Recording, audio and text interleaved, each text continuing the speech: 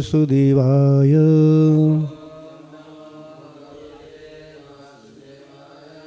ॐ नमो भगवते वासुदेवाय।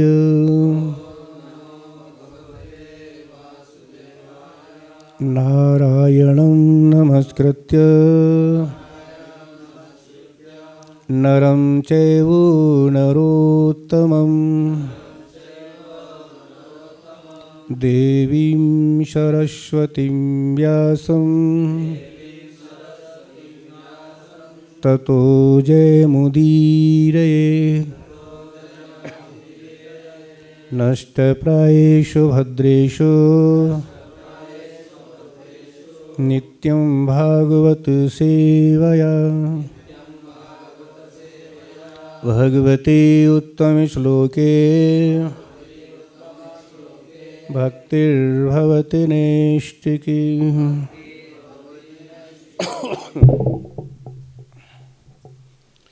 हरे कृष्ण। श्रीमद्भागवतम स्कंद 10 अध्याय 1 श्लोक संख्या 64 और विषय है भगवान श्री कृष्ण का अवतार परिचय।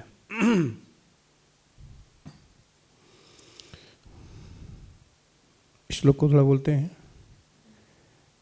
एतत् कंसाय भगवान सशंसाभ्येति नारदः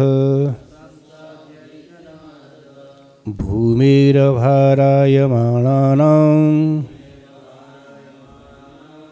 दैत्यानां च वधोद्यमम्। एतत् यदु तथा वृष्ण वंशियों के विषय में ये शब्द कंसाय राजा कंस के लिए, भगवान परमेश्वर का अत्यंत शक्तिशाली प्रतिनिधि, सशंस सूचना दी कंस को जो संशय में था। अभ्येते निकट जाकर, नारदः श्री नारद मुनि ने, भूमेह भूमि पर, भारायमाणानां जो भार स्वरूप हैं उनके, दैत्यानां च तथा असुरों के, वध उद्यमम वध करने का प्रयास।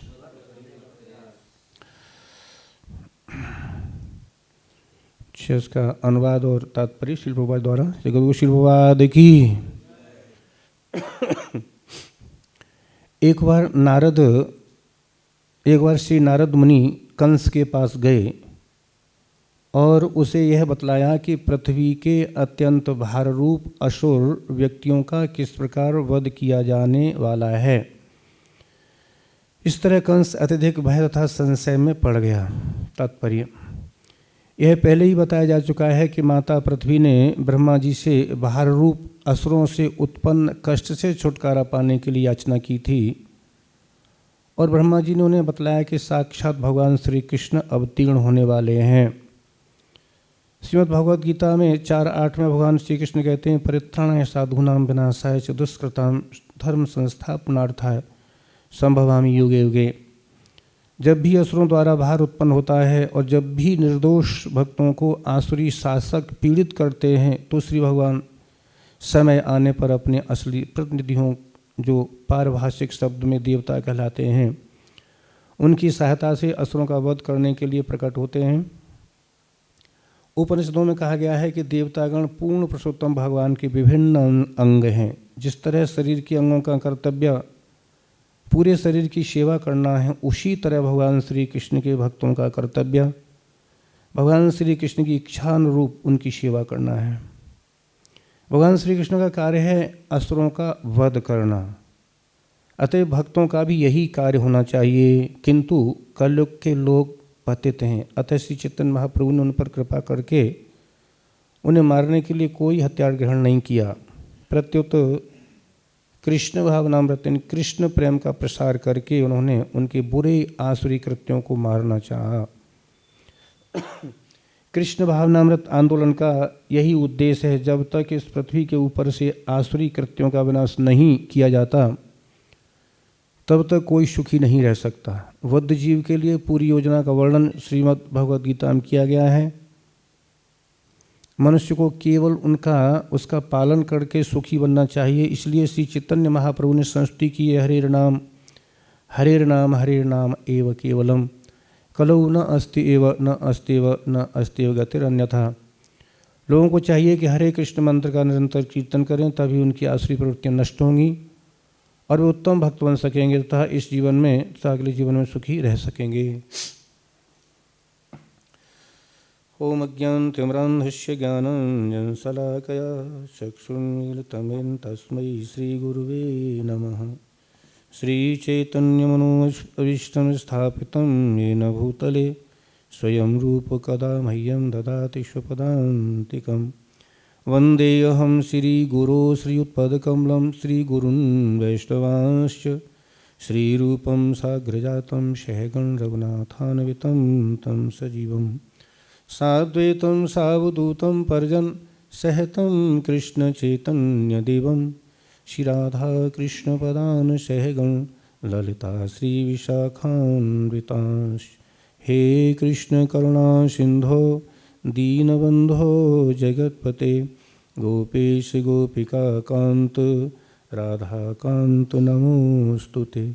तप्त कांचन गौरांगी राधे वृंदावनेश्वरी वृषभानुसुते देवी प्रणमामि हरे प्रिय। नमो महावदन्याय कृष्ण प्रेम प्रदायते कृष्णाय कृष्ण चैतन्य नामिने गौरत्वसे नमः। वाञ्छाकल्पतरुभ्यश्च कृपा सिन्धुभ्यैव च पतितानां पावनेभ्यो वैष्णवेभ्यो नमो नमः। जय श्री कृष्ण चैतन्य प्रभो नित्यानंद श्री अद्वैत गदाधर शिवासादि गौरभक्तवृंद। हरे कृष्णा कृष्णा कृष्णा हरे हरे हरे राम राम राम हरे हरे। हरे कृष्ण। बहुत बढ़िया विषय चल रहा है भगवान की श्री कृष्ण का अवतार का परिचय। तो यहाँ शुकदेव गोस्वामी बता रहे हैं कि एतत् कंसाय भगवान ससंसाद्भेति नारदः भूमिर्भारयमाणानां दैत्यानां च वधोद्यमम्। एक बार श्री नारद मुनि कंस के पास गए और उसे बताया कि पृथ्वी के अत्यंत भार रूप असुर व्यक्तियों का किस प्रकार वध किया जाने वाला है। इस तरह कंस अत्यधिक भय तथा संशय में पड़ गया था। तो यहाँ शील प्रभुपाद जी कहते हैं कि पहले ही बताया जा चुका है कि माता पृथ्वी ने ब्रह्मा जी से भार रूप असुरों से उत्पन्न कष्ट से छुटकारा पाने के लिए याचना की थी। ये पहले ही बताया जा चुका है। प्रभुपाद जी कहते हैं जब पृथ्वी पर बड़ा भारी अत्याचार हो रहा था दुष्ट पुरुषों के द्वारा, तो पृथ्वी बहुत दुखी हुई और अपनी दुख की गाथा सुनाने के लिए ब्रह्मा जी के पास गाय का रूप धारण करके गई, रोती हुई और आँखों से आंसू बहाती हुई रोती हुई ब्रह्मा जी से बोली कि पितामह अब मैं ज़्यादा दिन यहाँ नहीं रह सकती, मेरे साथ तल में चली जाऊंगी। ब्रह्मा जी बोले साथ तल चली जाऊंगी, फिर ये सब लोग कहाँ रहेंगे। बोले आप देखो जो व्यवस्था करो, क्योंकि अब मैं इतना कष्ट कैसे कब तक सहन करूं।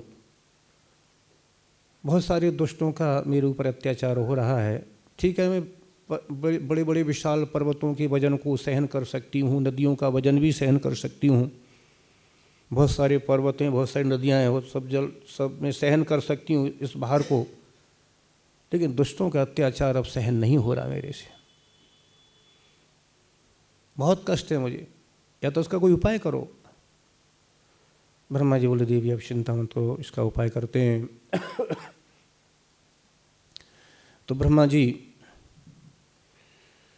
गौरूपनी पृथ्वी को लेकर कैलाश पर्वत भगवान शिव के पास गए और उनको सारी बात बताई। भगवान शिव बोले भाई ये तो हमारे बस की तो बात नहीं है, भगवान नारायण विष्णु के पास चलना होगा। तो ब्रह्मा जी और स्वर्ग के राजा इंद्र, भगवान शिव, अन्य और भी देवता सब मिलकर क्षीर सागर भगवान विष्णु के पास जाते हैं, क्षीर सागर के तट पर। और वहाँ बहुत सुंदर बड़े बड़े उत्तम उत्तम श्लोकों से भगवान की स्तुति करते हैं। यद्यपि भगवान किसी को दर्शन नहीं दे रहे, पर स्तुति करते करते ब्रह्मा जी समाधिस्थ हो गए। ब्रह्मा जी समाधिस्थ हो जाते हैं तो दर्शन किसी को नहीं हुए, केवल आकाशवाणी हुई, और वो भी ब्रह्मा जी ने सुनी और किसी ने नहीं। भगवान जिसको सुनाना चाहें वही सुन सकता है, सभी लोग नहीं सुन सकते। यद्यपि बहुत सारे देवता थे, भगवान शिव भी थे और इंद्र भी थे और भी बहुत सारे देवता थे, लेकिन केवल ब्रह्मा जी ने सुनी। गिरं शमाधो गगने समीरतां निशम्य वेधात्र सानुवाचः गां पौरुषी मे शृणुतामरा पुनः विधीयतामासु तथैव माचिरम्। जब ब्रह्मा जी समाधिस्थ थे तो समाधिस्थ अवस्था में ही, और ब्रह्मा जी ने जब ये देव वाणी सुनी तो ब्रह्मा जी बोले सुनो सुनो देवताओं, सुनो सुनो, अभी अभी मैंने भगवान की वाणी सुनी है, भगवान ने कहा है मुझसे, और जो भगवान ने कहा है वही मैं आपको दोहरा रहा हूँ, वही आपको बता रहा हूँ। भगवान ने कहा है कि देवताओं पृथ्वी के कष्ट का मुझे पहले से ही पता है और मैं शीघ्र अवतार लूँगा। तो भगवान ने कहा है कि मैं शीघ्र अवतार लूँगा, तो जब भगवान अवतार लेंगे तो आप लोग भी और कहाँ अवतार लेंगे, तो बोले यही भगवान ने बताया है, क्योंकि भगवान श्री इस बार साक्षात भगवान श्री कृष्ण अवतार लेंगे। कहाँ, बोले वसुदेव गृहे साक्षात भगवान पुरुषः परः जनिष्यते तत्प्रियार्थम संभवन्तु सुरस्त्रियः। बोले इस बार भगवान अवतार लेंगे, कौन, बोले साक्षात भगवान परम पुरुष वसुदेव गृहे, साक्षात भगवान जो पूर्ण पुरुषोत्तम भगवान, परिपूर्ण भगवान हैं। एक होते हैं पूर्ण और परिपूर्ण, जो परिपूर्ण भगवान हैं श्री कृष्ण, वो साक्षात भगवान पुरुषः परः, वो अवतार लेंगे वसुदेव जी घर। तो आप लोग भी जनिष्यति तत्प्रियार्थम संभवन्तु सुरस्त्रिय, आप लोग भी सभी देवता और आपकी स्त्रियां अपने अपने अंश से ब्रज में अवतार लो, और भगवान की जो प्रिया हैं राधा रानी, उनकी सेवा के लिए ब्रज आपकी देवियां देवांगनाएं अवतार लें। और भगवान जब तक इस पृथ्वी पर दुष्टों का संहार करें और लीला करें, तब तक आप लोग भगवान की लीला में सहयोग करने के लिए आप सब लोग अवतरित हो अपने अपने अंश से। तो यहाँ श्रील प्रभुपाद जी कहते हैं कि यह पहले बताया जा चुका है कि माता पृथ्वी ने ब्रह्मा जी से भार रूप असुरों से उत्पन्न कष्ट से छुटकारा पाने के लिए याचना की थी। तो ब्रह्मा जी ने उन्हें बतलाया था कि साक्षात भगवान श्री कृष्ण अवतीर्ण होने वाले हैं। ब्रह्मा जी ने उनको सांत्वना दी कि इस बार साक्षात भगवान श्री कृष्ण अवतीर्ण होने वाले हैं, क्योंकि भगवान श्री कृष्ण धर्म की संस्थापना करने के लिए क्या है, वो परित्राण है साधुनां विनाशाय च दुष्कृतम धर्म संस्थापनार्थाय संभवामि युगे युगे।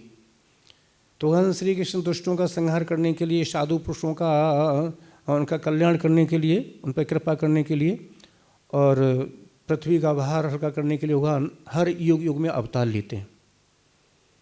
परंतु भगवान श्री कृष्ण हर युग में अवतार नहीं लेते हैं। कुछ उनके कला अवतार होते हैं, कुछ अंशावतार होते हैं, भगवान श्री कृष्ण का अवतार ब्रह्मा जी के दिन में एक बार होता है। हाँ, श्री ब्रह्मा जी दिन में कितने मनवंतर? 14 मनवंतर होते हैं, और एक मनवंतर 71 चतुर्युगी का होता है। 71 चतुर्युगी, इतना नहीं? 71 चतुर्युगी 4 युगों का एक चतुर्युगी होती है। तो ऐसे चतुर्युगी 71 चतुर्युगी का एक मनवंतर होता है। तो भगवान श्री कृष्ण ब्रह्मा जी के एक दिन में कौन से व्यवस्थ मनवंतर के 28वें द्वापर युग के अंत में थे ना, 28वें द्वापर युग के अंत में भगवान श्री कृष्ण अवतरित होते हैं, और उसी बात तुरंत चैतन्य महाप्रभु के रूप में भगवान अवतरित होते हैं। चैतन्य महाप्रभु हर युग में अवतार नहीं लेते, क्योंकि चैतन्य महाप्रभु और श्री कृष्ण एक ही है, कोई अंतर उनमें है नहीं। तो यहाँ पर श्रील प्रभुपाद जी कहते हैं कि ब्रह्मा जी उनको बता चुके कि इस बार साक्षात भगवान श्री कृष्ण अवतार लेंगे। देवी, पृथ्वी देवी, अब चिंता मत करो।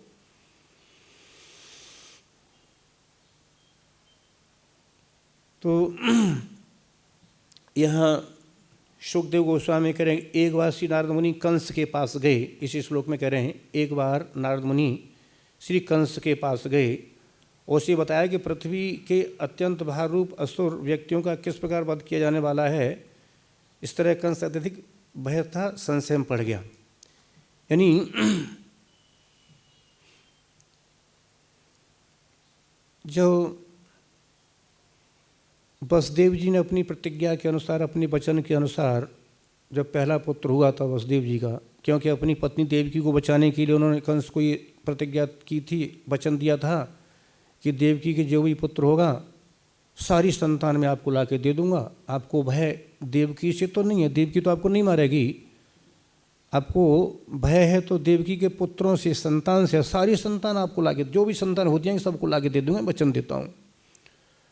तो कंस जानता था कि वसुदेव जी सत्य बोलते हैं, कभी झूठ नहीं बोलते। तो यद्यपि वसुदेव जी ने पहले बहुत सारे उपाय किए कैसे छोड़ दे, लेकिन नहीं छोड़ा। तो वसुदेव जी ने ये वचन दिया कि जो भी संतान होगी मैं आपको ला के दे दूंगा।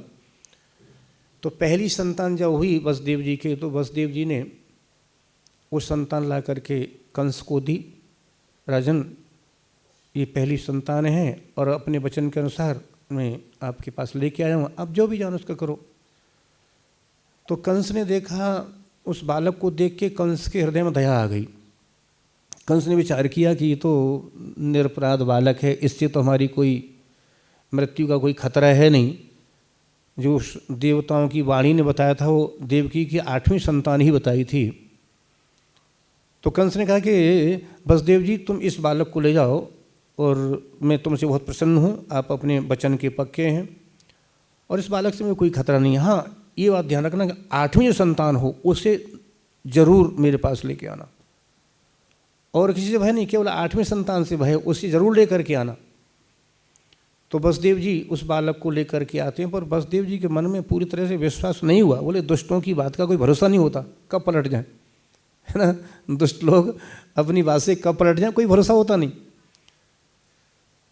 तो वसुदेव जी जब उस बालक को लेकर के आते हैं, इधर नारद जी ने विचार किया कि कंस के हृदय में ऐसी दया उमड़ती रही, ऐसी दया आती रही, तुम्हारे प्रभु का अवतार फिर कैसे होगा। तो नारद जी कंस के पास आए और कंस के पास आकर के उन्होंने, और तो बीणा में गाते थे कि श्री कृष्ण गोविंद हरे मुरारे हे नाथ नारायण वासुदेव है, हरि नाम कीर्तन करते रहते बीणा में। और आज बहुत सुंदर उन्हें क्या हरि नाम सुना रहे, वो सुना रहे हैं संकीर्तन। अरे राजन, तुम्हें कुछ पता है? क्योंकि कंस नारद जी का बहुत सम्मान करता था, और नारद जी के ऐसे संत हैं, उनके असुर और देव सभी सम्मान करते हैं नारद जी का, उनका कोई शत्रु है ही नहीं। नारद जी का कोई शत्रु है ही नहीं, सब उनसे प्रेम करते हैं नारद जी से, चाहे असुर हो चाहे सुर हो, कोई भी हो, चाहे नर हो चाहे असुर हो। तो नारद जी सबके लिए प्रिय हैं क्योंकि महान संत हैं और सबका कल्याण चाहते हैं, चाहे किसी तरह से कैसे कल्याण हो वो सबका कल्याण चाहते हैं, नारद जी की विशेषता है। तो नारद जी ने विचार किया कंस का भी तो कल्याण होना चाहिए, और ये ऐसे दया करता रहेगा तो फिर बहुत ज़्यादा दिन जिएगा तो ये और दुष्कर्म पाप ही करता रहेगा। तो वहाँ नारद जी आए और नंदाद्याये ब्रजे गोपा याश्चामीषां च योषिताः वृष्णयः वसुदेवाद्या देवक्याद्या सुरस्त्रियः सर्वे वै देवता प्रायो उभयोरपि भारत। नारद जी बोले राजन तुम्हें कुछ पता है? बोले क्या? जानते हो ब्रज में जो नंद आदि जो है ना ब्रजवासी कौन है? और ये वसुदेव जी आदि जानते हो कौन है? वसुदेव नंद और ब्रजवासी उनके साथी बोले सर्वे वही देवता प्रायो, सर्वे वही देवता प्रायो, ये सबके सब देवता हैं। और देखो आज तुम्हें तुम्हारे कान में गुप्त बात बताता हूँ। नारद जी बोले तुम मेरे प्रिय शिष्य हो इसलिए आपको बड़ी रहस्यमयी बात बताता हूँ। बोले क्या? नारद जी बोले देखो जब मैं इधर आ रहा था तो मार्ग में नंद कानन वन, देवताओं का एक वो है बगीच, वो है क्या बोलते हैं उसको, नंद कानन वन, और जिसमें देवता विहार करते हैं। और उस वन में आज सभी देवताओं की बड़ी भारी सभा हो रही थी, बहुत भारी सभा। और उसमें केवल एक ही एजेंडा था कि कंस को कैसे कब और कहाँ मारा जाए, किसके द्वारा मारा जाए, बस केवल यही वहाँ पर चर्चा हो रही थी। थोड़ी देर में भी बैठ गया वहाँ, नारद जी बोले थोड़ी देर में भी बैठ गया। तो चर्चा वही तुम्हारे मारने की हो रही थी कि कैसे मारा जाए, किस उपाय से मारा जाए। और जानते हो तुम पहले कालनेमी नाम के असुर थे, कालनेमी असुर। तो देवासुर संग्राम जब हुआ था तो उस समय तुमको भगवान विष्णु ने ही तो मारा था देवासुर संग्राम में। उस समय तुम कालनेमी नामक असुर थे और इस बार तुम कंस के रूप में हो। इस बार भी देवताओं ने निश्चय किया है कि भगवान विष्णु ही अवतार लेकर के उसको मारें। ऐसा वहाँ पर मीटिंग में तुम्हारी चर्चा चल रही है। तो तुम जानते हो कि विष्णु निश्चित रूप से देव की गर्भ से अवतार लेंगे तुम्हें मारने के लिए, और तुमने ये देवकी का बालक छोड़ दिया, इसे मारा नहीं। कंस बोले कि गुरुजी उससे तो हमें कोई खतरा नहीं है ना, क्योंकि वो तो 8वीं संतान नहीं है।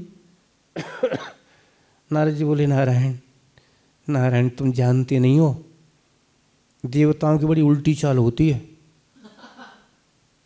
वो पहले को भी 8वां बना सकते हैं और 8वें को भी पहला बना सकते हैं।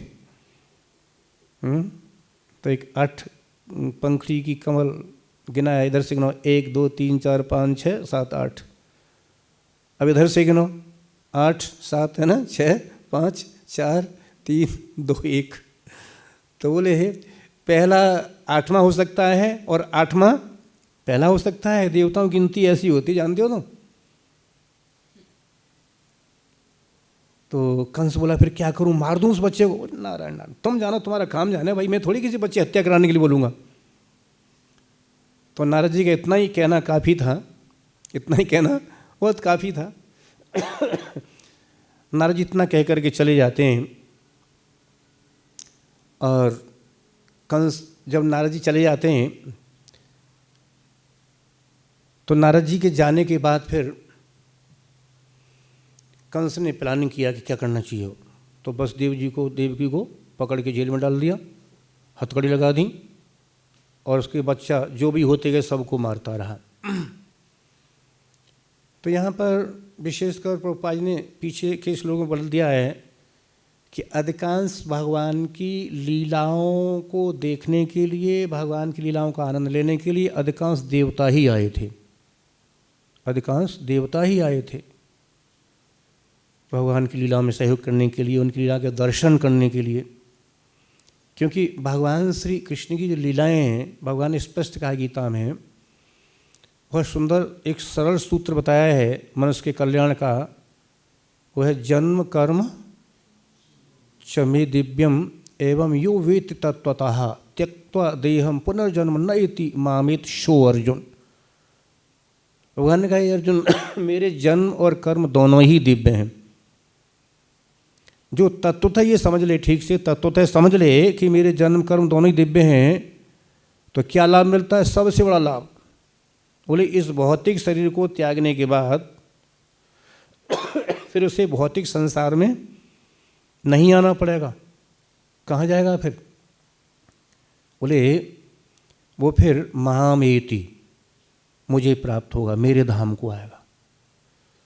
तो कितना सुंदर और कितना सरल तरीका है कि केवल दो बातें समझ लें, जन्म और कर्म। भगवान के जन्म कोई साधारण नहीं, और भगवान के कर्म यानी भगवान की लीलाएं कोई साधारण नहीं।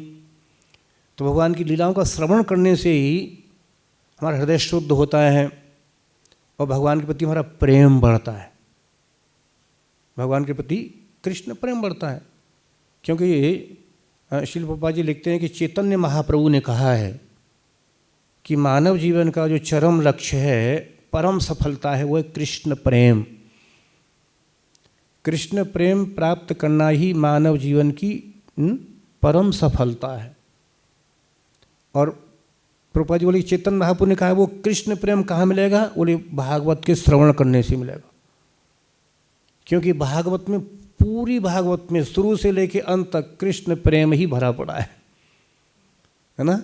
पूरा कृष्ण प्रेम। ठीक से यदि भागवत को ठीक से पढ़ेंगे, एकाग्रचित्त होकर के शुरू से ही, आप पहले स्कंद से ही, तो बस कृष्ण के प्रति अपना इतना आकर्षण, इतनी प्रीति और इतना प्रेम बढ़ता जाता है कि उसका कहना ही क्या है। तो भागवत के स्वाध्याय अध्ययन करने से या श्रवण करने से कृष्ण प्रेम की प्राप्ति होती है।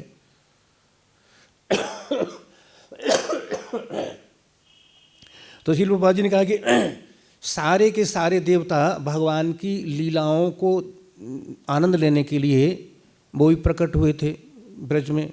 और विशेषकर प्रभुपाद जी ने कहा कि जो लोग खूब साधना करते हैं, साधना करते करते ना, और कुछ लोग भगवत धाम न जा कर के स्वर्ग लोक में जाते हैं, देवलोक में जाते हैं।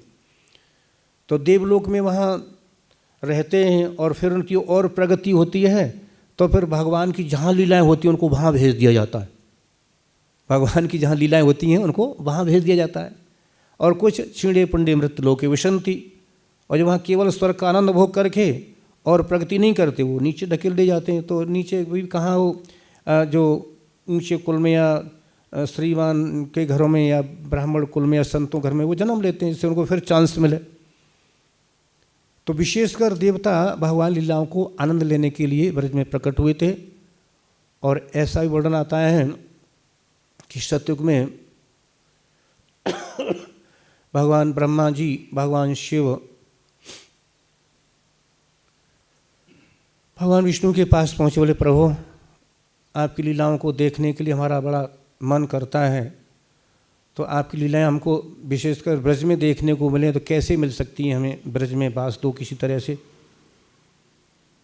तो भगवान बोले ठीक है, मेरी भी इच्छा है, मैं भी देखूंगा लीलाएं, तो श्री कृष्ण की लीलाएं। तो भगवान ने कहा कि ठीक है, आप ब्रज में पर्वत के रूप में रहो। तो ब्रह्मा जी पर्वत के रूप में यहाँ ब्रज में कहाँ पर है पता आपको? बरसाने में पर्वत के रूप में, जो उनके चार मुख है ना, मानगढ़, दानगढ़, बिलासगढ़ और भानुगढ़, है ना, ये चार मुख हैं। बड़ी सुंदर वहाँ लीलाएं हुई हैं, अति सुंदर। ब्रह्मा जी स्वयं उनके ऊपर ही लीलाएं देखी हैं। ये बड़ी सुंदर लीला आती है भगवान की, बड़ी सुंदर लीला जो मानगढ़ है ना, वहाँ की लीला आती है बहुत सुंदर। कि एक बार भगवान श्री कृष्ण राधा जी से मिलने के लिए हमेशा उत्सुक रहती थी, हमेशा। और राधा रानी भी कृष्ण से बिना मिले उनको चैन नहीं पड़ता था, क्योंकि राधा रानी का तथाकथित ससुराल, तथाकथित पति भी थे उनके। कौन से गांव में? जावट है ना, जावट में अभिमन्यु उनका तथाकथित पति था।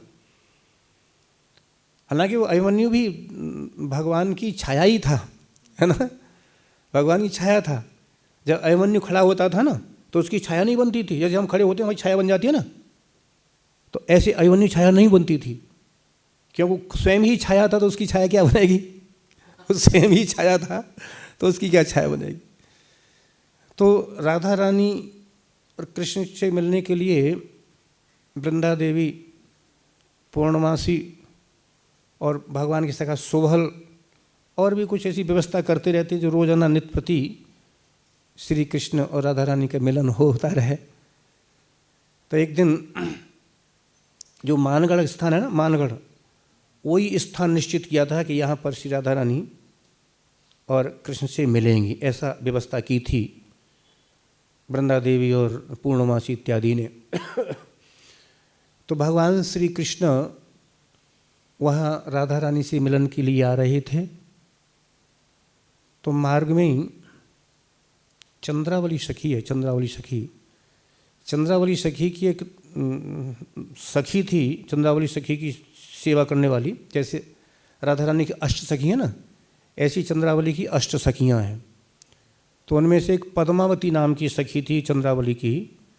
वो मार्ग मिल जाती भगवान श्री कृष्ण के सामने और हाथ जोड़ के प्रार्थना करती, प्रभु मैं आपसे एक प्रार्थना करती हूँ, यदि आप मेरी प्रार्थना को स्वीकार करो तो। भगवान बोले क्या प्रार्थना है?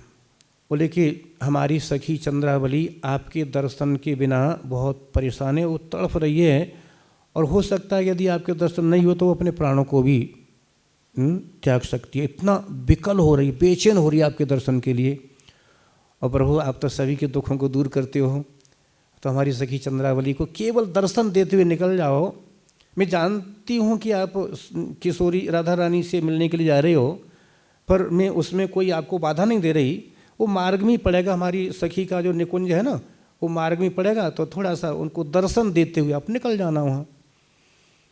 तो भगवान श्री कृष्ण ने उनकी बात को स्वीकार कर लिया और वो किसके निकुंज का नाम बताया मैंने? चंद्रावली के निकुंज में आए भगवान। चंद्रावली बड़ी विकल थी, भगवान की वाणी सुनते ही उसे एकदम मानो शरीर में प्राण आ गए, उठ के बैठ गई और भगवान के चरणों में प्रणाम करती है, भगवान से प्रार्थना करती, प्रभु आपने बड़ी कृपा के दर्शन दिए। और बड़ी मधुर मधुर बातें की, भगवान की सेवा करने लगी। भगवान थोड़ी प्रेम के तो पुजारी हैं ही, जब प्रेम भरी काफ़ी मधुर मधुर बातें हुई तो थोड़ी देर रुक गए वो। इधर राधा रानी बार बार देख रही हैं समय कि समय दिया था और अभी तो आए नहीं श्याम सुंदर। तो बहुत विकल, बड़ी बेचैन हो रही, उन्हें एक एक सेकंड एक एक युग के समान बीत रहा है। तो बड़ा काफ़ी समय हो गया, नहीं आ रही। अब राधा रानी बड़ी बहुत काफ़ी क्रोध में भी आ रही हैं। तो राधा रानी की वो है क्या बोलते हैं, मैना, मैना बोलते हैं क्या? भगवान श्री कृष्ण का तोता है, राधा रानी का मैना है। तो मैना ने देखा कि हमारी किशोरी बहुत विकल हो रही हैं। राधा रानी कहा चलो देख के आओ, तुम कहाँ है वो नटखट, इतना समय हो गया। तो अब वो मैना सीधी वहीं चंद्रावली के निकुंज में आई और ऊंचे से पेड़ पर बैठ करके देख रही है सब लीला। भगवान श्री कृष्ण बैठे हैं और चंद्रावली के साथ उनकी बड़ी प्रेमालाप बातें चल रही हैं। काफ़ी देर देखती रही, देख कर उड़ करके पहुंची राधा रानी के पास मैना और बोली अब तुम घर जाओ। राधा रानी से बोली मैना अब तुम घर जाओ, क्यों बैठी हो यहाँ? बोले क्यों? बोले श्याम सुंदर नहीं आने वाले यहाँ, वो तो चंद्रावली के निकुंज में, वहीं उनका सब बातें चल रही हैं, प्रेम की खूब बातें चल रही, वो नहीं आने वाली अब यहाँ। राधा रानी को बड़ा भारी मान हुआ कि ऐसा कैसे हुआ। अब इतनी मान करके बैठेंगी, वो नटखट है और वो बहुत लंपट है, अब उस लंपट से कभी बात करूंगी नहीं मैं, है ना, चाहे कुछ भी कितना ही प्रयास करे उससे बात नहीं करनी मैंने ऐसे लंपट से। तो राधा रानी खूब मान करके बैठ गई वहाँ, खूब मान करके बैठ गई। बोले जब कुछ भी हो, वो लंपट कितना ही मना है, आज मैं मानने वाली नहीं, अपने मान को त्यागने वाली नहीं। तो भगवान श्री कृष्ण इधर देखा, अरे भाई समय हो गया, आज किशोरी जी की हम पर बहुत डांट फटकार पड़ेगी, है ना। तो वो बड़े वहाँ से शीघ्रता से आते हैं और जैसे ही आए तो राधा रानी ने देखा कि श्याम सुंदर आ रहे हैं, तो उनको देख करके वो पीछे को मुँह करके ऐसे बैठ गई, वो पीछे को मुँह फेर लिया। भगवान श्री कृष्ण समझ गए कि किशोरी जी हमसे नाराज हो गई, ज़्यादा ही नाराज लग रही, ज़्यादा ही नाराज होता है। तो भगवान श्री कृष्ण किशोरी जी पास पहुँचे, श्यामा जी क्षमा करना हमसे थोड़ी लेट हो गए। और किशोरी की तरफ जैसे जाते हैं, किशोरी पीछे को मुँह फेर लेती, उनकी तरफ देखती नहीं वो, और निश्चय करके बैठ गई आज मैं किसी तरह से इस लंपट की बातों में आऊँगी नहीं, है ना। से कितना ही मना है ये। तो भगवान श्री कृष्ण मनाने में बड़े पट में बहुत चतुर हैं, काफ़ी मनाने का इतना प्रयास करते हैं, पर आज उन्होंने एड़ी से लेकर के चोटी तक पूरी शक्ति लगा ली। अपना मुकुट भी उनके चरणों में रख दिया, बांसुरी भी उनकी गोद में रख दी और अपनी पगड़ी भी उनके पैरों में रख दी। किशोर जी क्षमा करो, और थोड़ा लेट हो गया ना, अब क्षमा करो। बड़ा काफ़ी प्रयास करे, पूरी शक्ति लगा ली, पूरी शक्ति लगा ली, पूरी शक्ति लगा ली, पूरी शक्ति लगा ली। जब किसी प्रकार किशोर जी नहीं मनती देखी तो बड़े निराश हो गए। अब वहाँ से चल पड़े, फिर क्या करूँ, कहाँ जाऊँ, कैसे किशोर जी को कौन से उपाय से मनाऊँ। तो मार्ग में ललिता सखी मिल जाती है। ललिता सखी मिल जाती है तो ललिता सखी से कहा, रही सखी देख तेरे भाई तेरे पैर छूँ में और मेरा एक काम कर तू। बोले क्या? देख आज मैंने इतनी शक्ति लगाई है किशोरी जी को मनाने के लिए, इतनी शक्ति तो 7 दिन गिरिराज जी उठा के रखा मैंने, तब भी नहीं लगानी पड़ी इतनी शक्ति। 7 दिन गिरिराज जी उठा के रखा, इतनी शक्ति तब भी नहीं लगानी पड़ी, और सारी शक्ति मैंने किशोरी जी को मनाने में लगा दी। किशोरी जी का मान दूर नहीं हुआ। अब कृपा करके तुम थोड़ा कृपा करो। ललिता सखी बोली, देखो श्याम सुंदर, मेरे बस की बात नहीं, जब तुम ही उनको नहीं मना सके, है ना, तो फिर मैं कैसे मना सकूंगी। एक उपाय बता सकती हूँ। बोले क्या? बोले उपाय ये है कि आप गोपी बन जाओ, सखी बन जाओ। तो उनको बढ़िया सी एक लहंगा चुन्नी बढ़िया अच्छी गोपी बना दिया, खूब अच्छा मेकअप कर दिया उनका, और मेकअप करके उनको एक हाथ में बीणा पकड़ा दी, बीणा, और बोली, ललिता देखो हमारी किशोरी जी संगीत की बहुत शौकीन है, संगीत किशोरी जी को बहुत बढ़िया लगे। अब तुम संगीत के आचार्य हो भाई, नटराज हो, तो ऐसे मधुर संगीत सुनाओ किशोरी जी को, और घूंघट काट के रखना कहीं पहचान ना हो जाए, है ना। चुन्नी से घूंघट कटवा दिया, बोले घूंघट काट के रखना है कहीं पहचान ना हो जाए, और उनको संगीत सुनाओ बढ़िया। उस पर जो शारदा बजाती क्या होता है वो, नहीं शारदा जी का क्या है?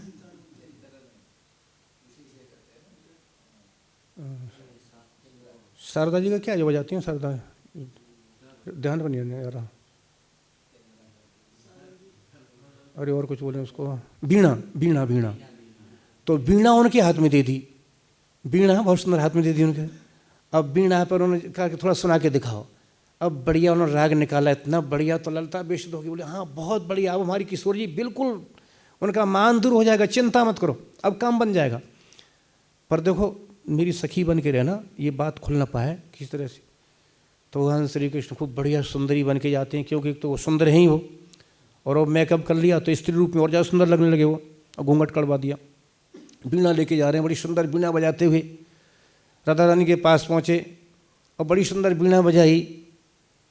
बीणा को सुन करके किशोर जी बोली, अरे ललिता ये तो कौन सी किस गोपी को लेके आई, तो मेरे इसने हृदय को ही चुरा लिया, इतनी मधुर बीणा बजा रही है ये।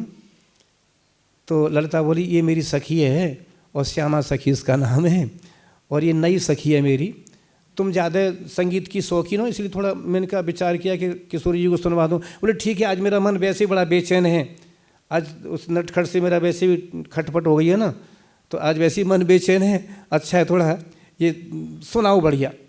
तो भगवान श्याम सुंदर इतनी बढ़िया मधुर बीणा बजाई, इतनी मधुर बीणा बजाई, किशोरी जी एकदम इतने प्रेमी विभोर हो गई और कहा सखी थोड़ा तेरा आलिंगन कर लें। तो किशोरी जी ने सखी का आलिंगन किया, और जैसे ही आलिंगन किया तो उनकी सौरभ है ना सुगंध, उसमें ये तो वही लंपट नटखट है ना, आलिंगन के समझ नटखट है ये। तो अब किशोरी जी का सब मान दूर हो गया और बड़े प्रेम से वहाँ उनका वार्तालाप हुआ। तो वो है मानगढ़, तो वहाँ ब्रह्मा जी और भी सब बड़े रूप में देवता भी सब भगवान लीलाओं को देखते रहते हैं। तो यहाँ श्री प्रभुपाद जी ने कहा कि भगवान की लीलाओं का दर्शन करने के लिए बहुत सारे देवता भी अवतरित हुए थे, उनकी लीला में सहयोग करने के लिए देवता अवतरित हुए थे। यहाँ तक कि ब्रह्मा जी ने तो प्रार्थना भी की है कि प्रभु, स्वयं कृष्ण से प्रार्थना की है तदभूरि भाग्यम ही जन्म किमपि अटव्याम यद गोकुले अपि यद गोकुले अपि। ब्रह्मा जी ने कहा कि हे प्रभु, बस मेरे ऊपर आप ऐसी कृपा कर दो कि मेरा जन्म हो तो ब्रज में हो, किसी भी वन में हो, और विशेषकर गोकुल में हो तो अच्छा है, क्योंकि जहाँ भगवान श्री कृष्ण के चरणों की धूली जो घोंटू घोंटू चल रहे हैं भगवान यहाँ पे, तो मेरे ऊपर तो पड़ जाएगी कम से कम। तो भगवान की लीलाओं का दर्शन करने के लिए, आनंद लेने के लिए देवता भी यहाँ तरसते रहते हैं। उन्होंने भी यहाँ हुआ है, अवतार लिया है देवताओं ने। तो ब्रह्मा जी ने उनसे कहा भी था कि भगवान ने कहा है मैं अवतार लूँगा और तुम वहाँ जा कर के ब्रज में अवतार लो सभी देवता। तो यहाँ पर श्री सुखदेव गोस्वामी कहते हैं कि नारद जी ने ये बात बताई कि वो यदुवंश में सारे के सारे देवता हैं, नंद और वसुदेव जी, देवकी, यशोदा, अन्य और भी सब के सब सर्वे वही देवता प्रायो। तो ये सारी बात बता करके नारद जी चले जाते हैं।